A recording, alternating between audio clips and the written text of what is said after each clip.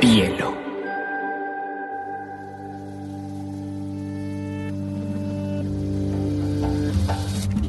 Coincide con la noción de estilo tal como se define en el diccionario.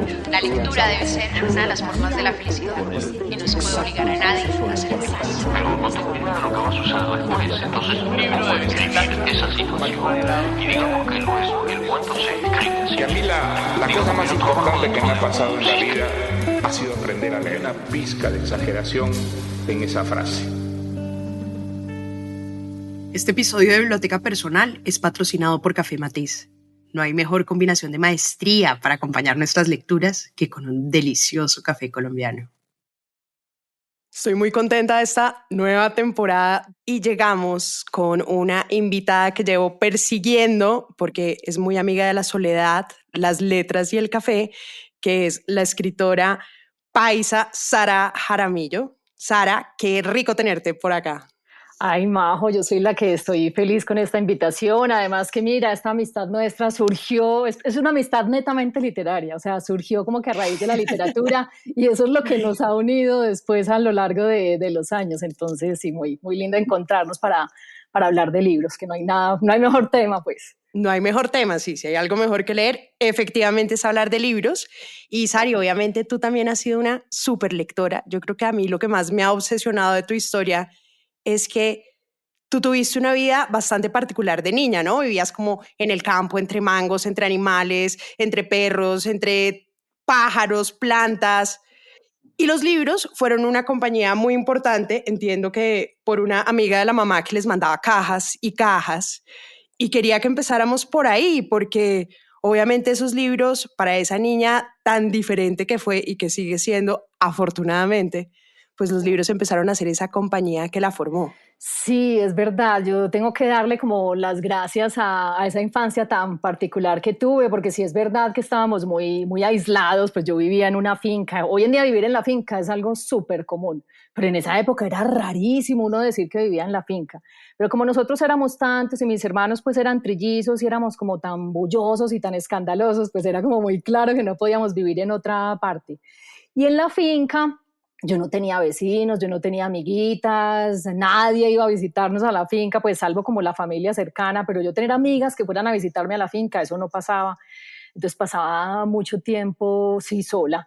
Y otra cosa que favoreció mi afición a la lectura es que todos mis hermanos son hombres. Y esto es importante porque, porque, claro, si hubiera tenido hermanas mujeres, a lo mejor hubiera encontrado con qué jugar, a qué jugar con ellas o qué actividades hacer con ellas. Pero como todos eran hombres, había actividades en las que sí confluíamos, pero no en todas. Y hay veces cuando estaba muy cansada de ellos, yo me subía al techo de la finca, al techo. Yo tenía un nichito ahí organizado en el techo y allí me subía mis libros, mis cojines y ahí me sentaba a leer donde absolutamente nadie me pudiera encontrar. Entonces, pues imagínate uno con todo el tiempo del mundo en ese techo donde nadie me molestaba, con muchos libros, porque como bien dijiste, la mejor amiga de mi mamá era bibliotecaria de un colegio, entonces ella nos mandaba cajadas de libros y era como el paraíso. O sea, a mí no se me ocurre nada, una vida más ideal que esa. Imagínate, Sari, que obviamente yo ya me había leído tu novela insigne, que si los oyentes no se le han leído, miren, es espectacular, que se llama Cómo maté a mi padre. Y esta mañana dije, bueno, tú sabes que ya me la había leído hace como 4 años, ya la habíamos comentado, pero dije, bueno, me voy a leer el primer capítulo como para refrescar la memoria, porque esa escena de la persecución de los sicarios en tu carro me parece digna.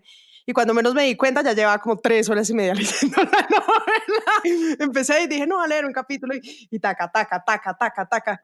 Como que ya me dijeron como, oye, almorzar. Y yo, ¡oh! Ya llegó la hora del almuerzo y no me había dado cuenta.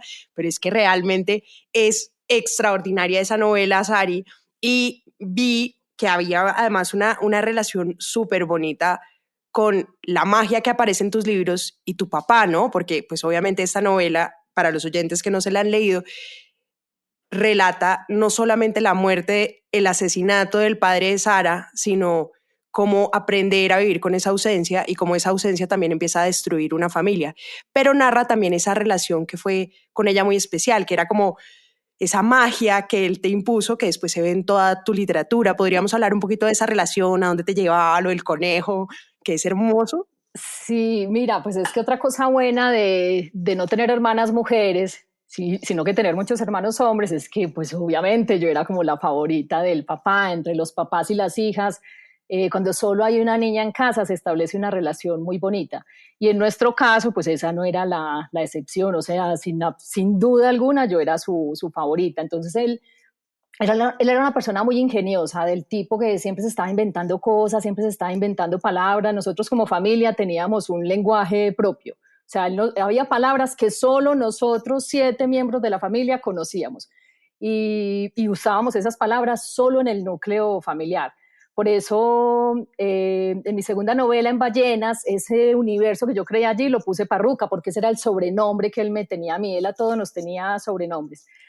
Y no solo era ingenioso con las palabras, sino con los juegos que nos hacía. Nos ponía unos juegos curiosísimos, el que más aguante con un recipiente de agua ahí montado en la cabeza, el que más tiempo aguante las baldosas calientes del patio. O sea, eran unos juegos muy, muy chistosos. El que más rápido se suba a un árbol, y él nos llevaba zancos, él nos llevaba binóculos, o sea, los juguetes más atípicos del mundo, esos siempre los teníamos nosotros. Entonces sí, era una relación como muy bonita.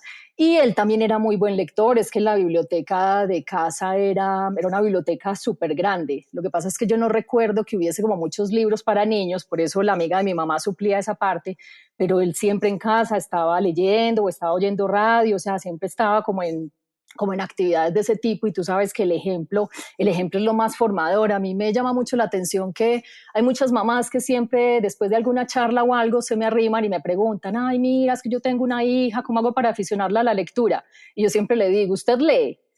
Pues porque es que es como el paso más lógico. Si uno ve a los papás leyendo, uno quiere también leer, porque uno cuando es chiquito siempre quiere emular lo que hacen los papás. Y otra cosa para finalizar la pregunta es que tú sabes que cuando uno es niño, uno siempre tiene a los papás como en un pedestal muy alto. Uno, o sea, los papás son dioses, uno se siente como en ese seno familiar muy protegido, con esos dioses que están allí vigilándolo todo y asegurándose de que a uno no le falte nada. Lo que pasa es que uno crece y obviamente se va dando cuenta que son humanos, que cometen errores, que no son esos dioses que teníamos idealizados de niños. Lo que me pasó a mí con el papá es que cuando a él lo mataron, yo no lo había bajado del pedestal, ¿sabes? Él todavía era mi ídolo absoluto, era mi Dios personal. Y no tuve tiempo como de desidealizarlo. Y por eso tengo esa relación con él, como la conservo en mi memoria, como tan pura y tan bonita y tan perfecta. Divino. Sari, y tú, digamos que tú empezaste a escribir, pues yo no sé si muy tarde, porque tú igual estudiaste periodismo, después pues fuiste periodista a varios medios, pero sí tenías como la promesa interna de me voy a ir, voy a estudiar, voy a escribir mi primer libro. Pero ¿cómo fue tu escritura antes? O sea, tu relación con los libros y la escritura, ¿cómo fue en esa, pues yo no sé si juventud, amiga, porque sigues estando muy joven, pero... Gracias, gracias. No, la relación era muy estrecha, Majo. Lo que pasa es que digo que los escritos de la adolescencia son como para mantenerlos en el nochero, o sea, eso no se le muestra a nadie. Yo, por ejemplo, fui de tener diario durante muchos, muchos años. Yo llevé muy juiciosa un diario y luego cualquier día vi como que estaba, no me puse a pensar, ay, ¿qué pasaría donde mis hermanos encontraran este diario? Y del puro susto lo quemé, pues porque claro, ¿para qué es un diario sino para hablar mal de los hermanos? Entonces yo decía, donde ellos encuentren esto, o sea, esto va a ser una catástrofe familiar. Y en un acto absolutamente irracional lo quemé y no sabes lo que me arrepiento. Entonces tenía el diario, escribía pues cosas muy malas, obviamente, cosas malas como las que escribe todo adolescente, pero las escribía. Yo recuerdo que uno de mis libros favoritos era Las Mil y Una Noches. Entonces yo me terminaba de leer alguno de los cuentitos allí consignados y decía, sí, estuvo muy bueno, pero hubiera sido mejor si la princesa tal o tal cosa. Y yo lo reescribía, que me parecía mejor. Pero aún hay más. Esa página que reescribía la metía en el libro original, como tapando la historia original, porque me parecía obviamente mejor la mía. Obvio, Sari, y además, ¿cómo será que te gustan Las Mil y Una Noches? Que tienes evidentemente una tienda que se llama Ábrete Sésamo. Sari, me encanta además tu relación con yo creo que muchas mujeres bueno, de tu generación y mi generación, nos idealizamos con la única mujer que era inteligente en la literatura, que era Mafalda. Sí. Hablemos de tu relación con Mafalda, que esa me encanta. El asma y Mafalda fueron muy importantes para Sara, amigos míos. Sí, total. Yo tenía esta asma infantil, entonces, cuando me daban unas crisis, eran, pues, luego el que es asmático lo sabe, le toca a uno no solo quedarse quieto, sino casi que dormir sentado, porque cuando uno está acostado no fluye bien el aire y no puede uno respirar. Entonces, cuando me daban crisis, pues me tocaba quedarme en la cama muy acostada un par de días. Pero a mí, sinceramente, Majo, te tengo que confesar que a mí, yo mis enfermedades infantiles las recuerdo con cariño, porque era como la única posibilidad de tener a la mamá para mí sola, ¿sabes? Cuando uno tiene tantos hermanos, ay, toca compartir mucho a la mamá, y como ya en casa faltaba el papá, entonces era todavía más escasa. Total que cuando yo me enfermaba tenía la atención de la mamá totalmente para mí, pues porque claro, el que está enfermo tiene prelación. Y ella siempre pues me veía ahí bregando a no morirme, bregando a respirar y siempre me preguntaba ¿qué quiere que le traiga? ¿De qué está antojada?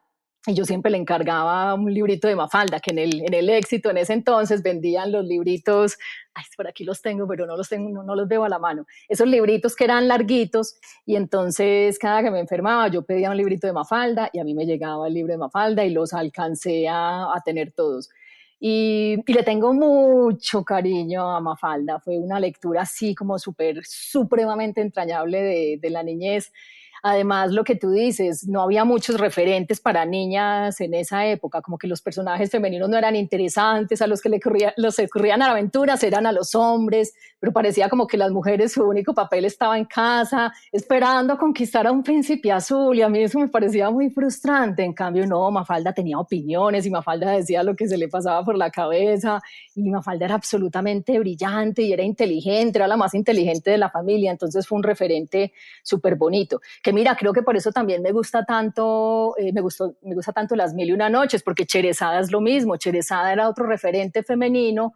Digo que Las Mil y Una Noches, siendo un libro tan antiguo y teniendo su origen árabe, es el primer libro feminista, pese a que es donde se originó el libro es un territorio profundamente machista, pero Cherezada es la única mujer que tenía poder sobre un hombre, porque ella a punta de historias lo mantuvo y lo mantuvo y lo mantuvo interesado, no tuvo que desvestirse, no tuvo que usar sus encantos, no tuvo que mostrar el escote, no tuvo que usar ninguna de las armas femeninas que siempre nos dijeron que eran las armas que funcionaban para mantenerse vivas, no, ella solo con su inteligencia logró mantener al sultán interesado. Entonces fueron dos referentes importantes, pero mira, yo me vine a dar cuenta de eso ahora ya vieja, ahora ya adulta, pues que puedo como hacer esa relación, pero sí me alegro mucho de niña haber tenido esos referentes, porque sí que nos hacían falta en esa época. No, y además yo creo que el tema de Mafalda y Quino, que es una cosa impresionante, es que fuera tan relevante para un niño que lo leía como para un adulto. O sea, esa capacidad de verdad de que una idea, porque yo creo que uno entendía a Mafalda y le parecía chistoso. Yo digo, pero uno, ¿cómo esa edad entiende a Mafalda si Mafalda es muy de adulto? Pero una cosa que uno dice, caray, ¿cómo entiendo a Mafalda a los 9, 12, 15 años? Y ahora a los 30 digo, ¿será que leo una Mafalda diferente? Pero evidentemente ese mundo de Mafalda es alucinante, sobre todo cuando tú tienes el contraste con Susanita. Y uno dice, no, sí, Susanita sí no. Sí, es como era ese personaje que desde chiquita me permitió a mí decir, Susanita, eso es lo que yo no quiero ser. Y mira, eso es la importancia de la literatura, permitir que el lector se identifique con unos personajes y desestime otros y le vaya mostrando qué es lo que a uno le gusta o no y cuál es el camino que podría seguir o no. Sari, hay una cosa que a mí me llama mucho la atención de tu obra y es la relación obviamente con la naturaleza. Ya dijimos pues que tú creciste en una finca, el amor de tu madre a las plantas es desbordado, pues quiere más a las plantas que a los hijos, o bueno, eso es lo que tú a veces dices. No sé si sea verdad. Lo digo y lo sostengo, Majo. Pero claramente digamos que la naturaleza hace parte intrínseca además de los escenarios, ¿no? Donde cantan las ballenas, hay ranas, hay conejos, hay animales, pero o sea, la selva se come la casa y obviamente también en Cómo maté a tu padre, la presencia de la naturaleza es como una protagonista, es una fuerza preponderante. ¿Cómo ha sido tu relación con la naturaleza y la literatura? O sea, ¿por qué es tan importante llevar a la naturaleza a las letras? Ay, es que yo creo que o sea, para mí es importante porque fue como yo crecí, ¿sabes? Uno siempre yo partamos de la base de que uno siempre escribe de lo que conoce.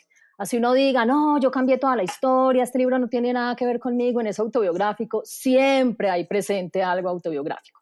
¿Por qué? Porque si uno quiere describir una atmósfera, pues uno describe una atmósfera en la que uno haya estado y sobre la que uno se haya fijado bien, porque escribir requiere de dar muchos detalles.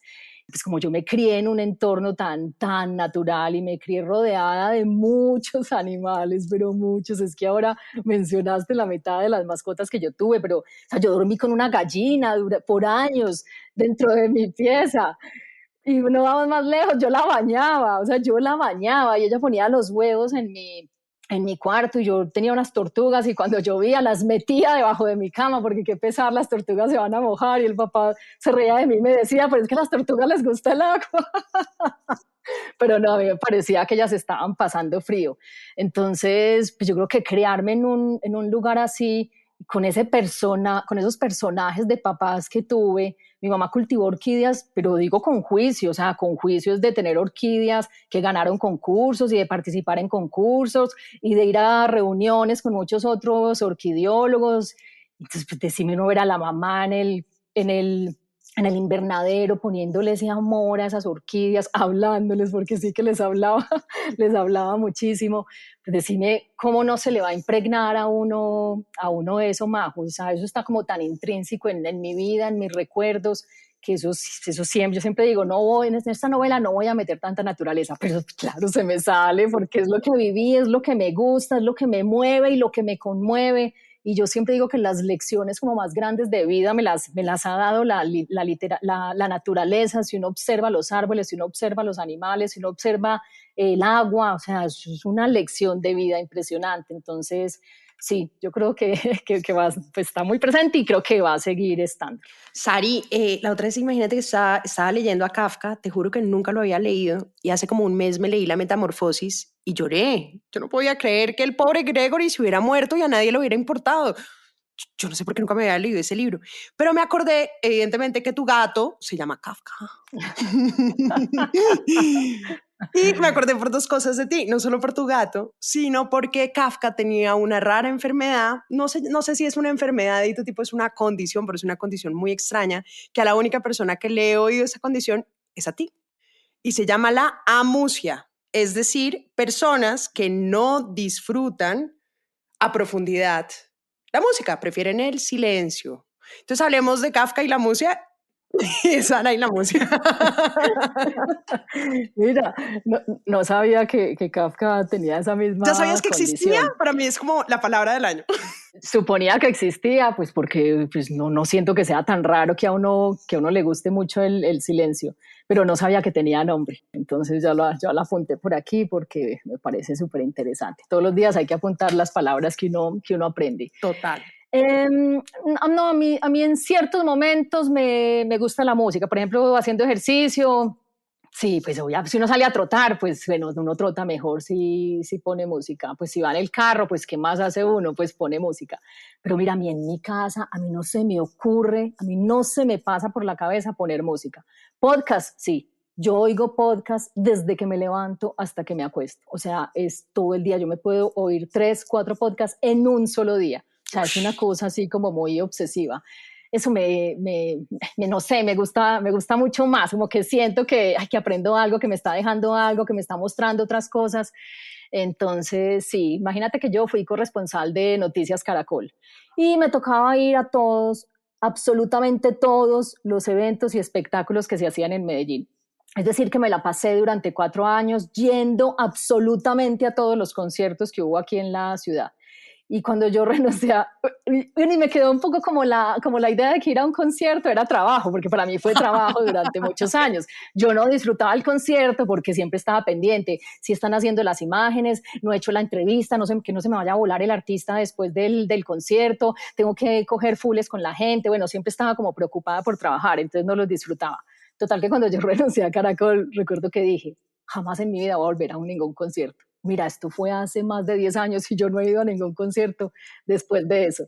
Y además porque con los años, ay, no sé, ya la música me parece que la ponen muy duro en todas partes y me he vuelto muy floja para las peloteras y floja con tener que hacer filas, no sé, yo creo que también son los años que yo me gozaba. Mi mamá es muy así. Mi mamá, de hecho, hoy en día es ermitaña. Vive en la finca y no se mueve de allí para nada. Y nosotros cuando chiquita nos reíamos mucho de ella y creo que hoy en día soy una versión no igual, sino incluso mejorada. Entonces, si yo puedo pasar de la música, es totalmente prescindible para mí.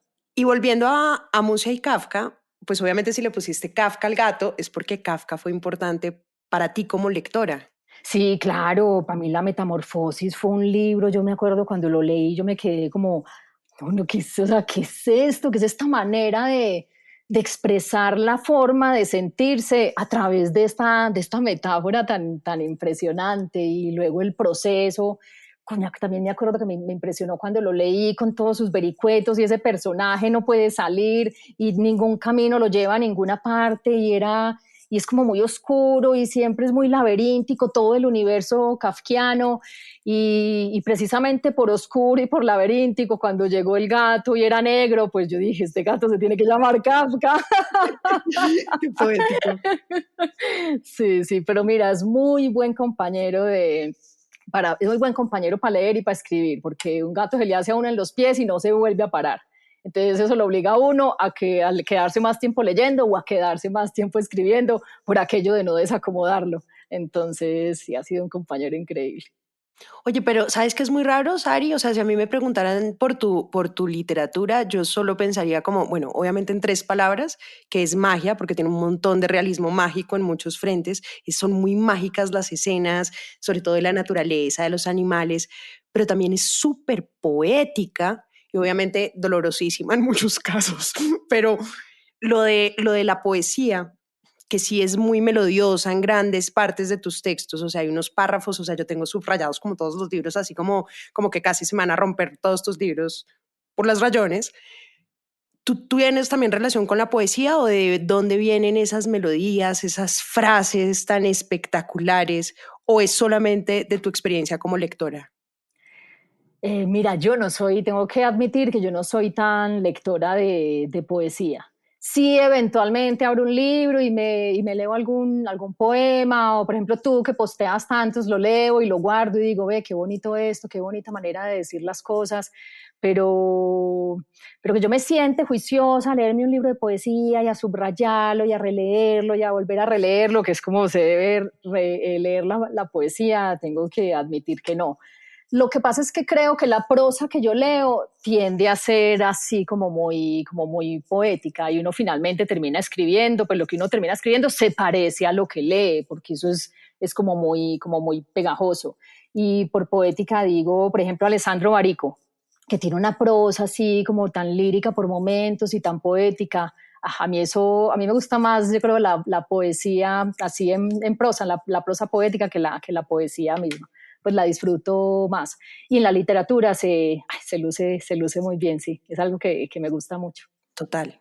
No, y es que yo creo que tú tienes realmente muy desarrollada por tu historia esa sensibilidad hacia la vida. Sé que has hablado muchas veces de cómo la literatura además te salvó a sanar. Podríamos repasar un poquito, claro, tus dos libros son de ausencia, pues como maté a mi padre es más de el asesinato de tu padre, pero donde cantan las ballenas también es una ausencia del padre, pero más un padre desaparecido. Entonces, ¿cómo ha sido también ese proceso, tanto desde la lectura como desde la escritura de sanación, Sari? Mira, es muy curioso porque yo me acuerdo cuando yo empecé la promoción del libro que me preguntaban mucho eso, pues si había escrito el libro para hacer una catarsis. Yo me acuerdo que a mí hasta me molestaba y yo decía, no, no, no, yo no quería hacer catarsis, yo lo que quería era hacer literatura. O sea, y lo respondía así.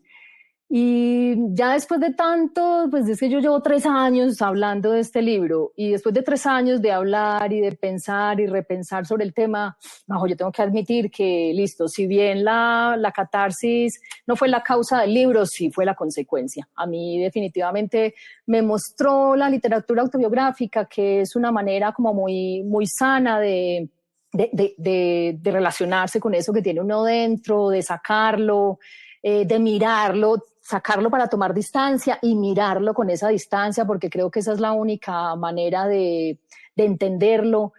Y yo creo que hacer escritura autobiográfica es casi como ir donde el psicoanalista, ¿sabes? Es casi como hacer terapia.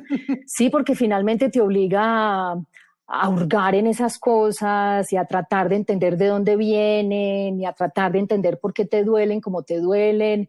Y eso fue muy revelador para mí durante la escritura.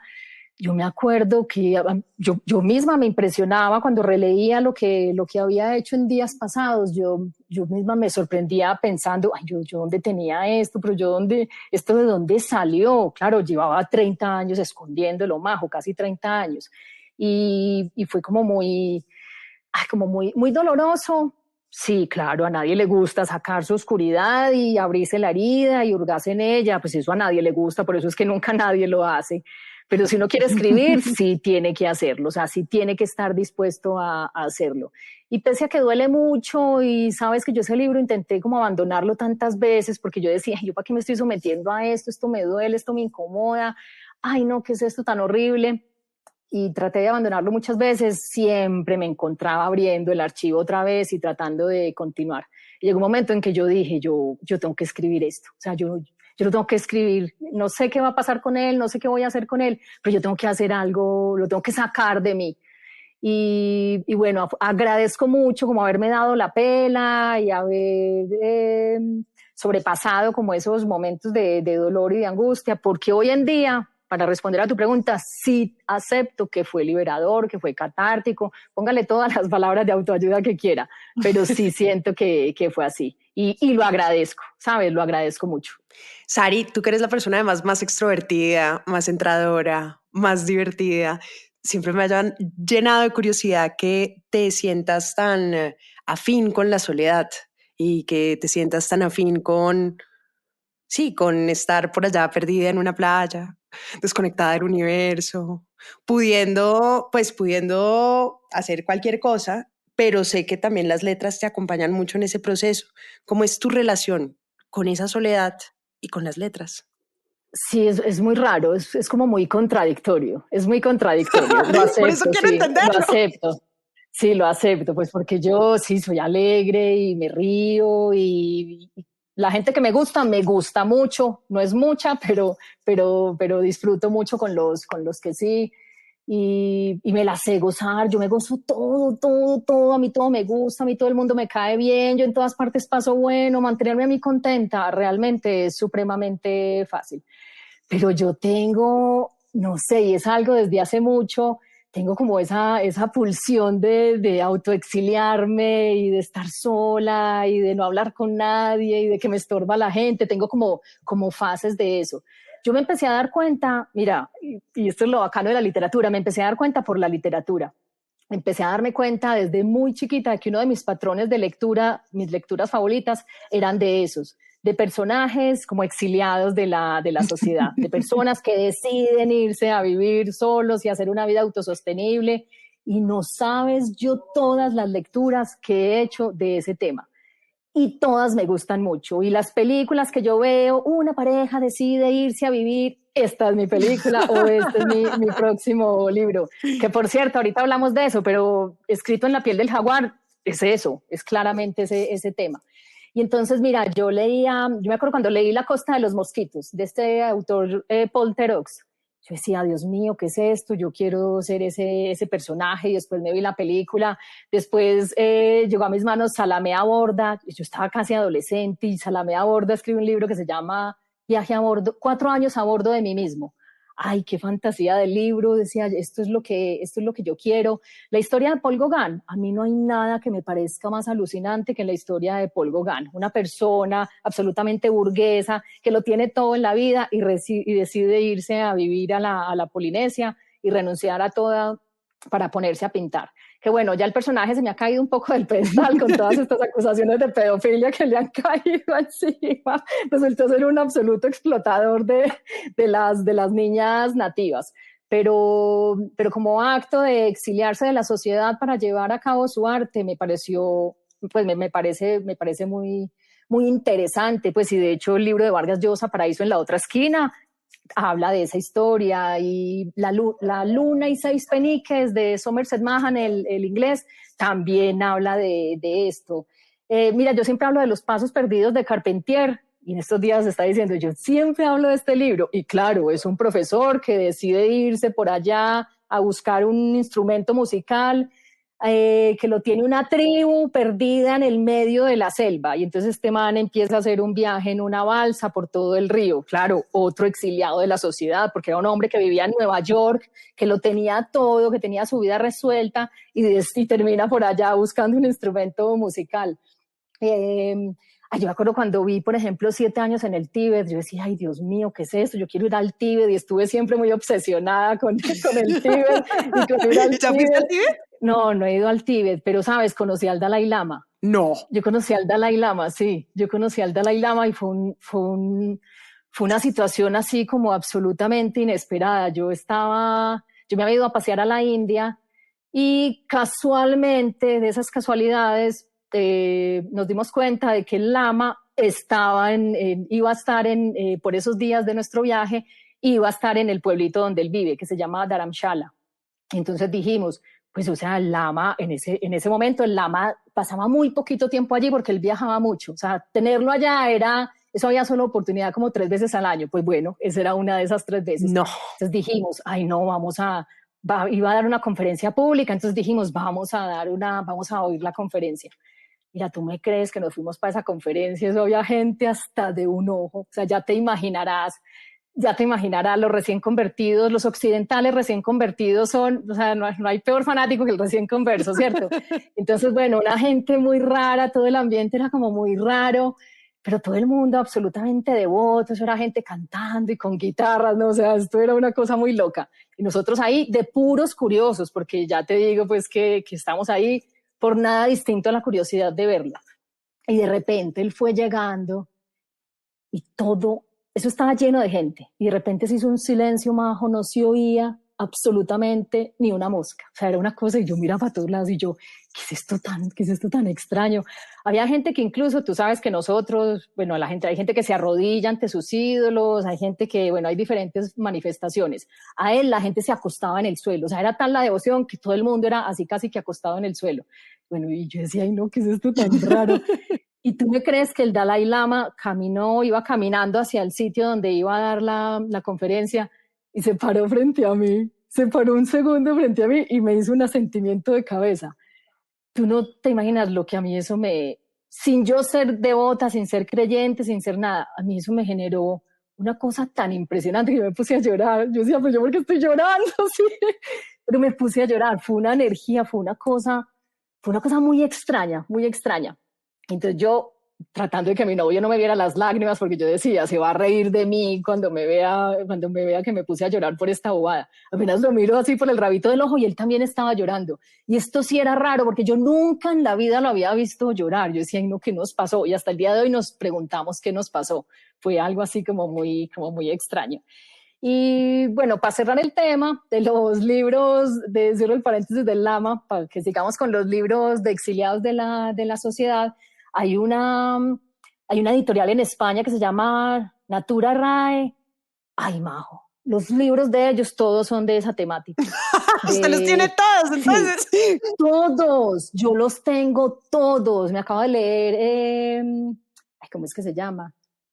Sola, de Carlota Gurt, también es una chica que se va a vivir sola a una cabaña. Indian Creek, y este es autobiográfico, un man al que le ofrecen ir a alimentar por allá unos salmones en el invierno más terrorífico de Alaska, y él se va y queda ya 4 meses varado en medio de la nieve. Bueno, a mí esas historias me gustan mucho, las historias de solitarios, de ermitaños, me llama mucho la atención, y por eso te decía que no es raro que la novela del jaguar sea un poco de eso, porque también dicen que uno siempre escribe sobre lo que quiere leer, y bueno, a mí me encanta leer sobre esa temática, entonces no es raro que se me haya colado. Sari, pero retomando el tema del silencio, que ya sabemos que te gusta mucho porque incentiva tu creatividad, porque además te permite leer, escribir y demás, lo que me parece más curioso y lo que me parece además más bonito es que finalmente las grandes conversaciones que tú tienes ni siquiera te enteras porque las haces es a través de tus libros. Todos los cientos y millones de lectores que te han leído, pues finalmente están hablando de formas diferentes contigo y me imagino que eso ha sido una experiencia pues muy bonita, el acercamiento de esos lectores a ti diciéndote, oiga, sentí esto, oiga, pensé esto, oiga, fue importante para esto. ¿Cómo son esas conversaciones que han llenado tu silencio, Sari? Ay, eso ha sido precioso. Mira, yo la mejor explicación de esto que estás diciendo se la leí a Stephen King. Él tiene un libro de escritura que se llama Mientras escribo y él describe el acto de escritura como una forma de telepatía. Y sí, es verdad. Yo en un sitio específico consigno mi pensamiento en un lugar y eso le llega a las mentes de otras personas. O sea, es una idea muy bonita y es una idea muy mágica. Y es precisamente esa la literatura, es pura telepatía.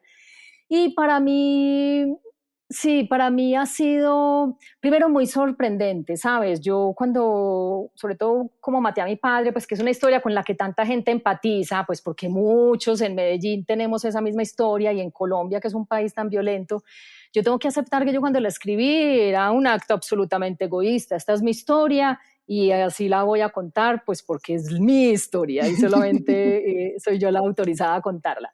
Y hoy en día lo veo como un acto muy egoísta. Pero luego empecé a recibir esa retroalimentación de los lectores que telepáticamente habían recibido ese mensaje y me pareció alucinante, o sea, alucinante como poder establecer esa comunicación con ellos y darme cuenta que yo no era la única, que era tan solo una más, pero que había logrado ponerle palabras a muchas de las cosas que ellos sentían.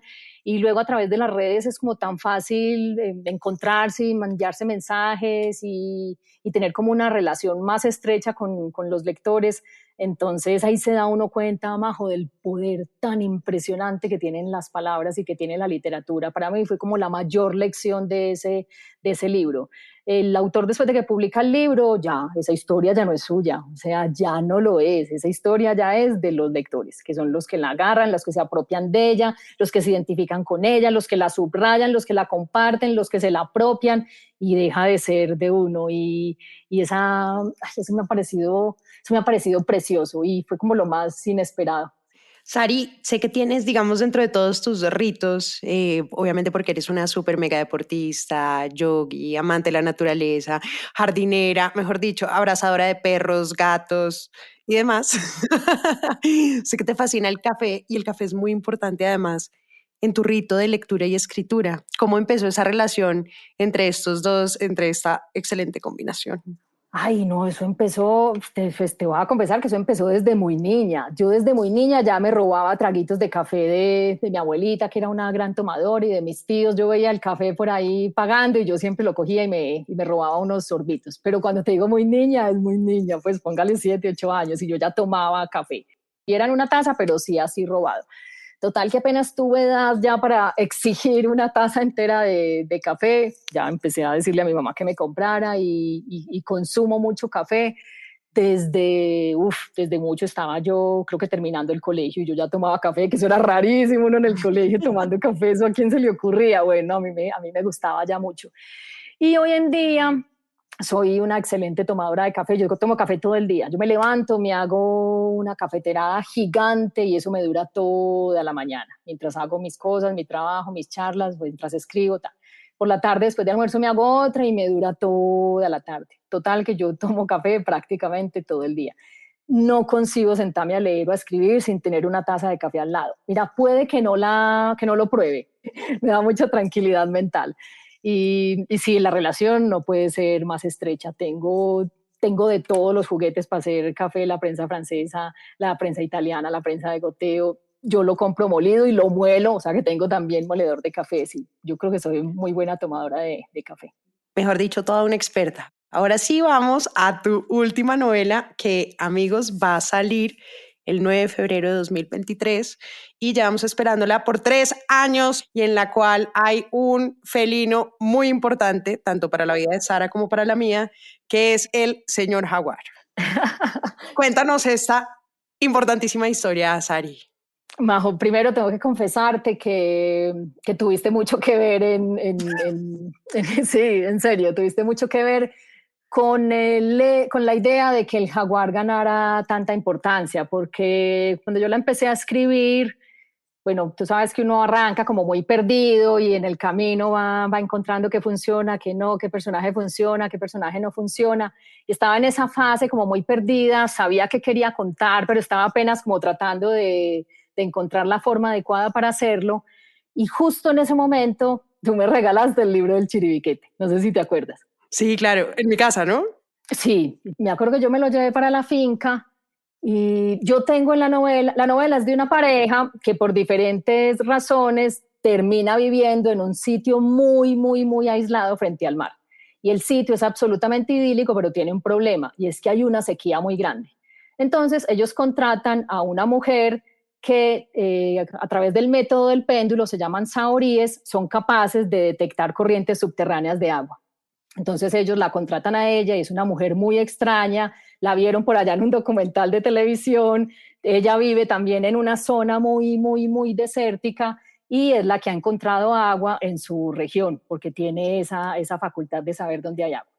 Y entonces yo estaba apenas desarrollando como ese personaje de esa Saorí, que se llama Antigua, para que le pongamos un nombre, y en esas me llegó tu libro de Chiribiquete. Y yo recuerdo que me puse a hojearlo y llegué a la parte del jaguar y a la parte de los chamanes y yo me iba a enloquecer con todo lo que estaba leyendo ahí. Entonces yo dije, necesito que Antigua, yo quiero vincular a Antigua de alguna manera con el jaguar. Entonces Antigua es, claro, porque una cosa es encontrar agua, otra cosa es defenderla en un sitio donde no hay agua. Entonces ella, para defender los pozos de agua, empezó a hacer huellitas de jaguar en la arena y aprendió a rugir como un jaguar. Y entonces así la gente empezó a especular que habían vuelto los jaguares a la región. Y ese personaje Majo, que inicialmente era secundario, era la chica que ellos habían contratado para que les buscara agua, nada más. Los protagonistas eran esa pareja. Pero una vez le metí a Antigua el tema del jaguar y empecé a jugar con la idea, porque yo no lo digo, sino que lo dejo en el libro de manera no explícita para que cada lector saque sus conclusiones.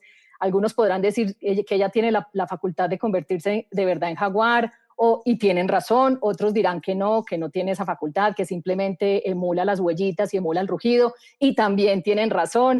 Cualquier teoría acerca de Antigua es meramente especulativa. Yo nunca digo si sí o si no, pero definitivamente el jaguar se me volvió como muy importante con ella, tan protagónico, Majo, que me tocó alternar los capítulos. Empiezo a contar la historia de Lila y Miguel, que se van a ese lugar inhóspito frente al mar, y lo alterno con capítulos de ella, donde cuento cómo llegó a obtener su don, cómo cuidaba los pozos de agua y cómo terminó relacionada con los jaguares. Entonces los voy alternando hasta que ella llega al sitio donde están Lila y Miguel, y ahí se empieza como a desarrollar la historia de los tres juntos. Pero mira, se volvió así de protagonista que me tocó hacerle capítulos aparte. Entonces tengo que darte las gracias porque creo que el jaguar, la idea del jaguar me llevó ese personaje a un nivel súper interesante, como muy simbólico, como muy metafísico, no sé, me gustó mucho. Es un personaje que me terminó enamorando. Pues tanto así que yo tuve muy claro, cuando terminé la novela, que empecé como a indagar títulos. Yo tenía varios títulos pensados, pero ninguno me terminaba de convencer. Y al final yo dije, es que la palabra jaguar tiene que estar de alguna manera en el libro. Y nuevamente, la naturaleza está metida en toda esa novela. Total, claro, por muchas razones. Pues primero porque la pareja se va a vivir a un lugar muy idílico, que es un poco, bueno, ya que he leído tantos libros y he visto tantas películas sobre esta temática, la idea de irse a vivir a la naturaleza es una idea muy romántica, ¿sabes? Como que la gente dice, ay, sí, yo me quiero ir a vivir lejos de todo y tener mi huertita y dedicarme solo a leer y a escribir. Y es una idea absolutamente romántica. Pero en la práctica eso es muy complejo, Majo. O sea, nosotros somos seres, los seres humanos somos sociales, los seres humanos necesitamos unos de otros. Nosotros no podemos vivir sin compañía y sin ayuda de nadie, o puede que sí, pero durante un tiempo. Total, que en todos esos libros que había leído, eso es un experimento que no recomiendo, no suele salir bien, no suele salir bien. Entonces sí, tenía que hacer este lugar muy difícil para ellos, pues porque además son requete citadinos y muy estudiados y creen que se las saben todas, pero resulta que sus conocimientos de la gente de la ciudad no sirven para absolutamente nada en un terreno así de indómito y así de salvaje. Y eso era también un poco como lo que quería mostrar, pues quién es el que se las sabe todas, ¿sabes? Y cuáles son los conocimientos que de verdad necesitamos para sobrevivir. Pero es muy curioso, Sari, porque yo creo que una de las grandes enseñanzas de Chiribiquete y la más loca cósmica de los hombres jaguar es precisamente ese concepto de jaguaridad, que busca entender la relación entre el hombre y la naturaleza. Y por lo que he leído, lo he leído en tu Instagram y demás, sí es esa búsqueda de ese equilibrio en el que a veces nosotros la rompemos siendo humanos y tratando de romperla cuando tú y yo sabemos que la naturaleza es una protagonista que hace lo que se le da la gana.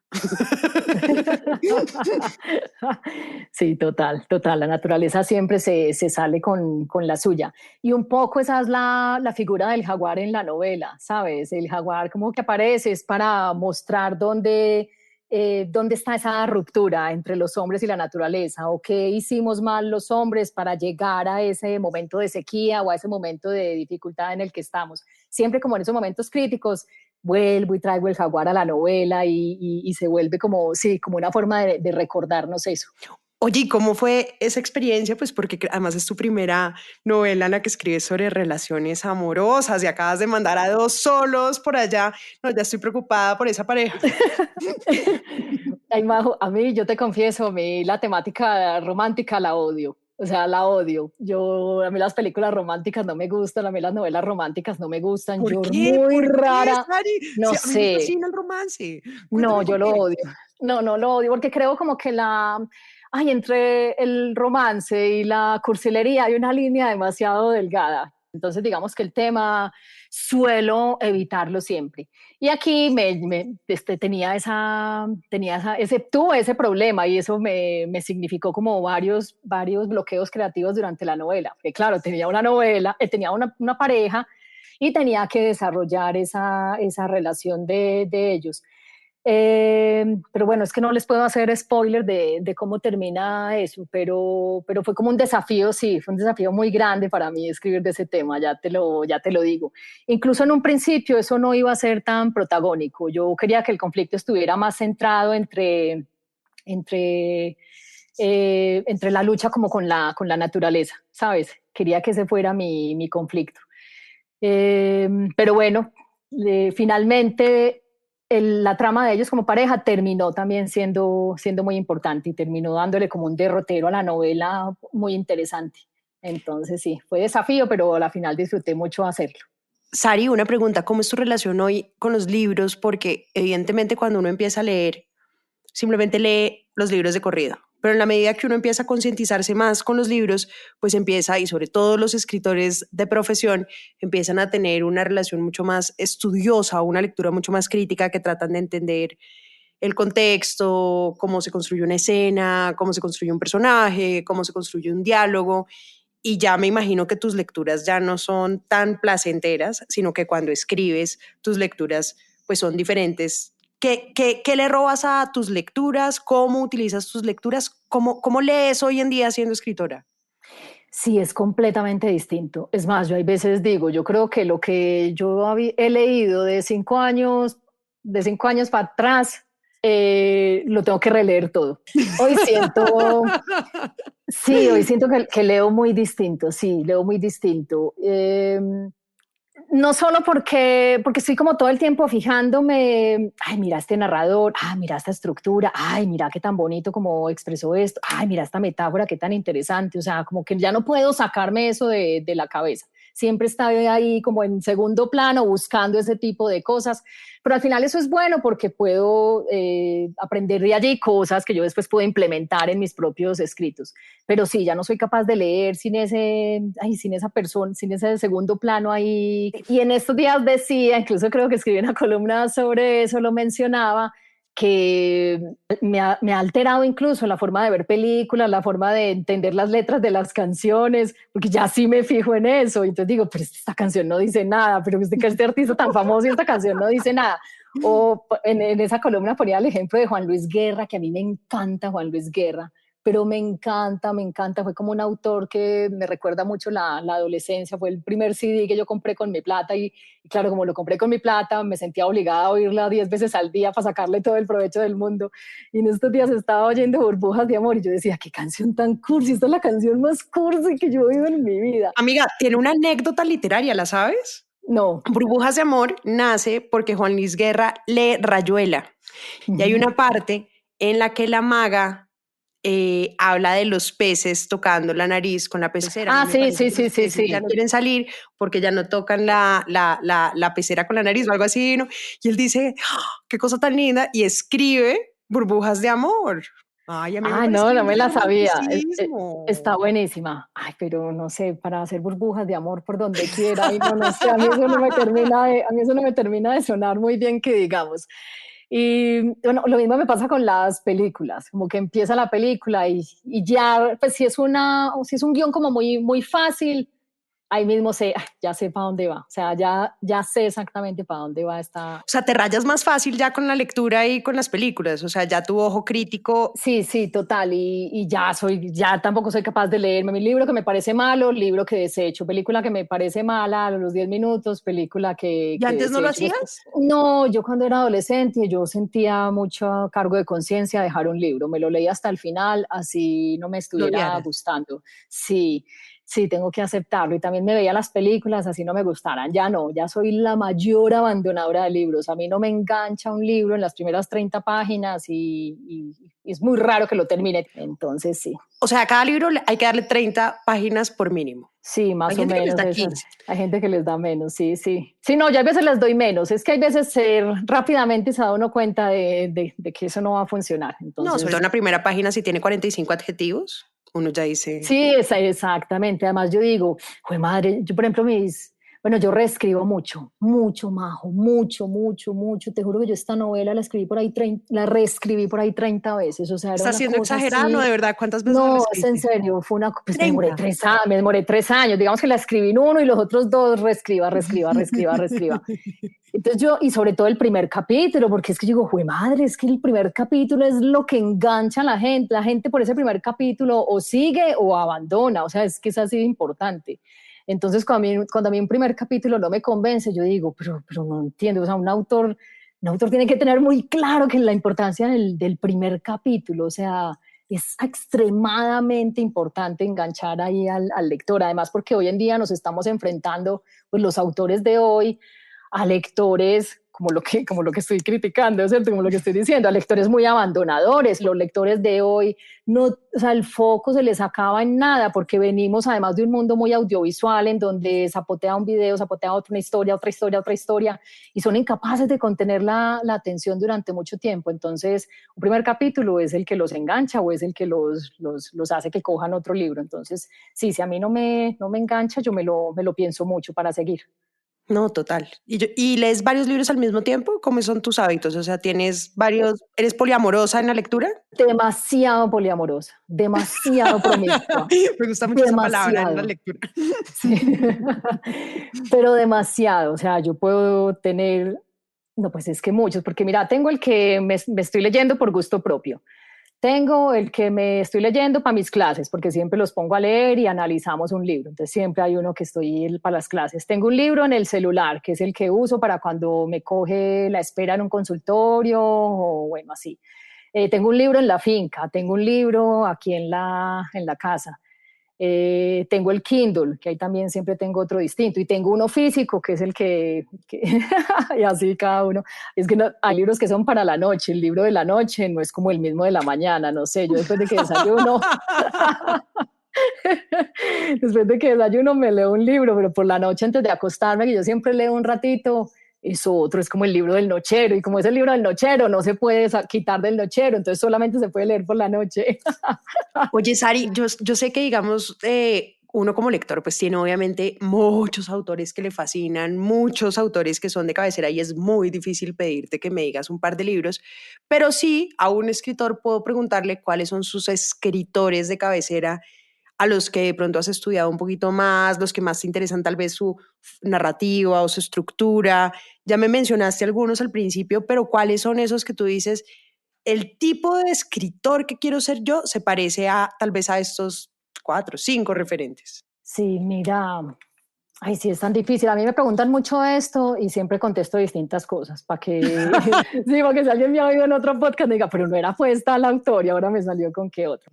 Pero mira, definitivamente Tomás González es un autor que admiro mucho y me resuena un montón. De hecho, para escribir Escrito en la piel del jaguar, como que mi libro de referencia fue Primero estaba el mar, que es uno de mis libros Obvio, favoritos de una él. pareja también que se va por allá a la Sí, claro. pérdida.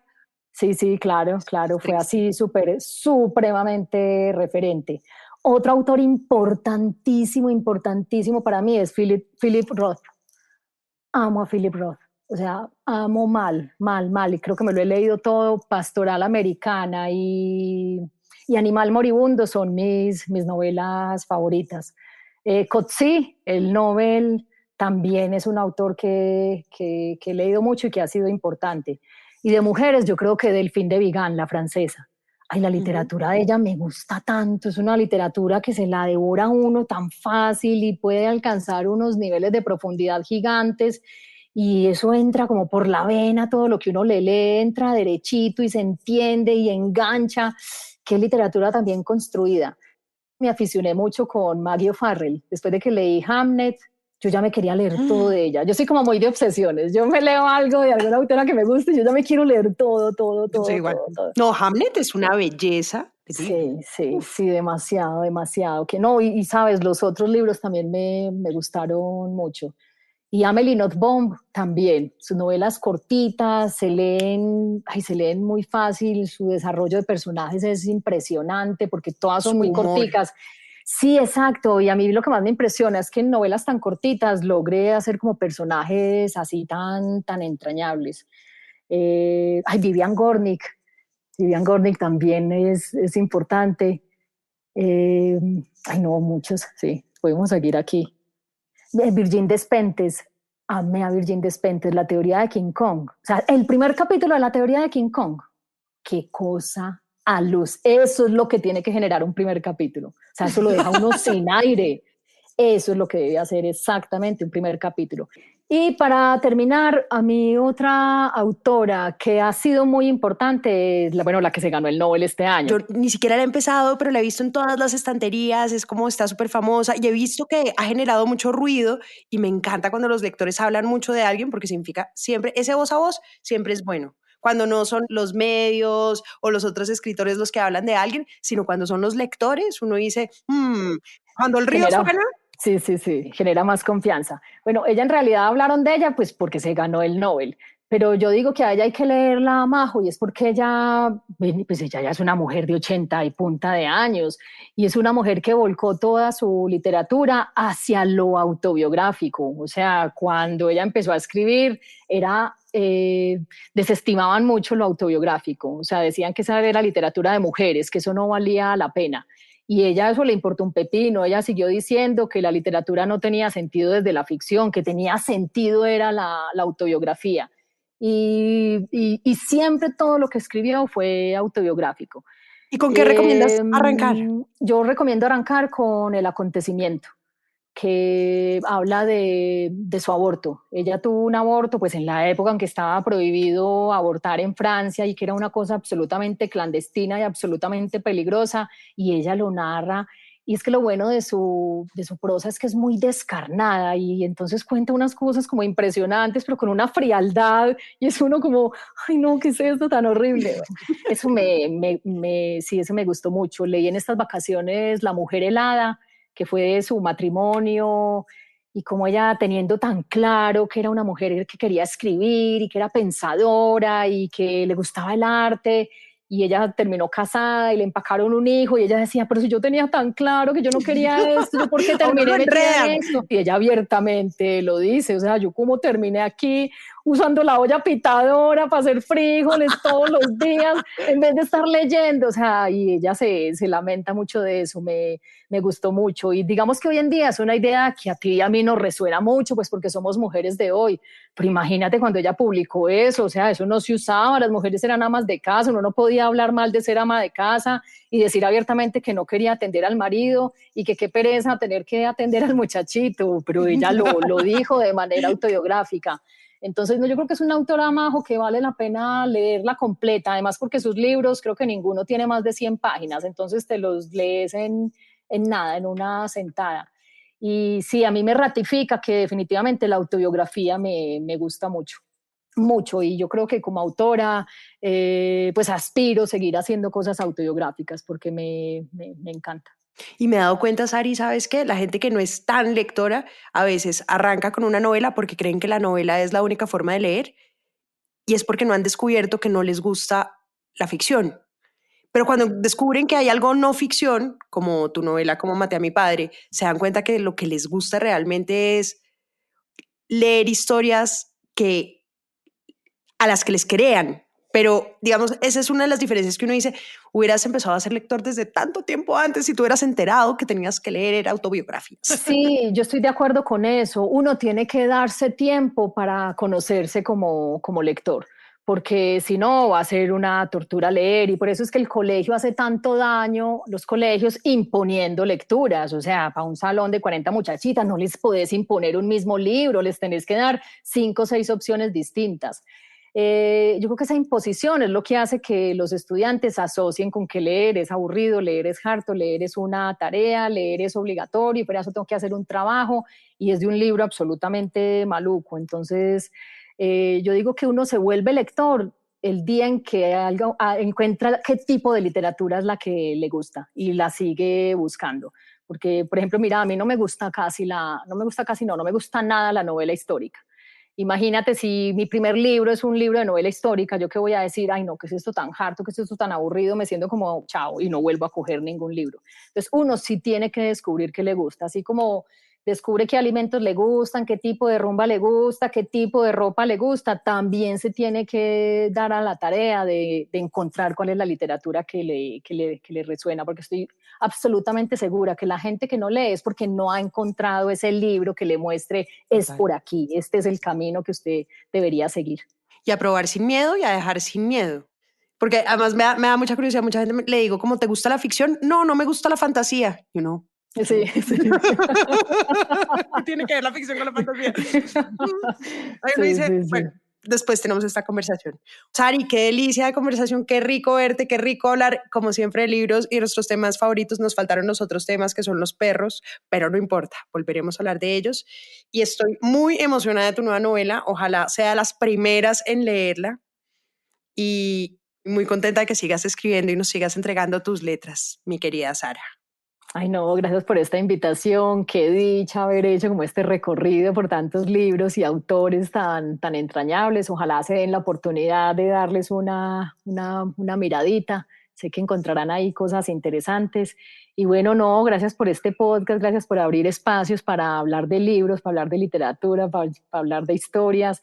Y sobre todo, Majo, desde un sitio no tan serio, ¿cierto? Sino como más mundano, más terrenal, donde todos podamos encontrarnos, identificarnos, pues porque la literatura no es para nada seria, no es para nada cartonada, que así no la han querido vender mucho, y yo creo que eso también le ha robado muchos lectores al mundo. Entonces, sí, muy rico que podamos hacerlo con este desparpajo. Total, sí, porque si uno cree que la literatura es para intelectuales, pues ya todos quedamos afuera de esa cosa. Todos, sin excepción, sí. Sí. Ay, gracias, Sari. De verdad que sí. Y bueno, y espero que hablemos nuevamente después de tu novela, después de que la haya leído, para que conversemos sobre el jaguar y sobre su piel. Listo, que así sea. Gracias por la invitación. Chao. Chao. Gracias a todos los oyentes por acompañarnos en este episodio de Biblioteca Personal.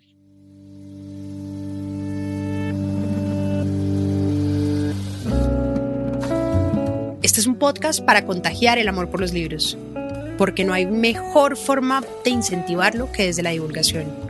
Ser promotor de lectura es un hobby, pero también un reconocimiento y un agradecimiento implícito a aquellas personas que en nuestra vida nos acercaron a los libros.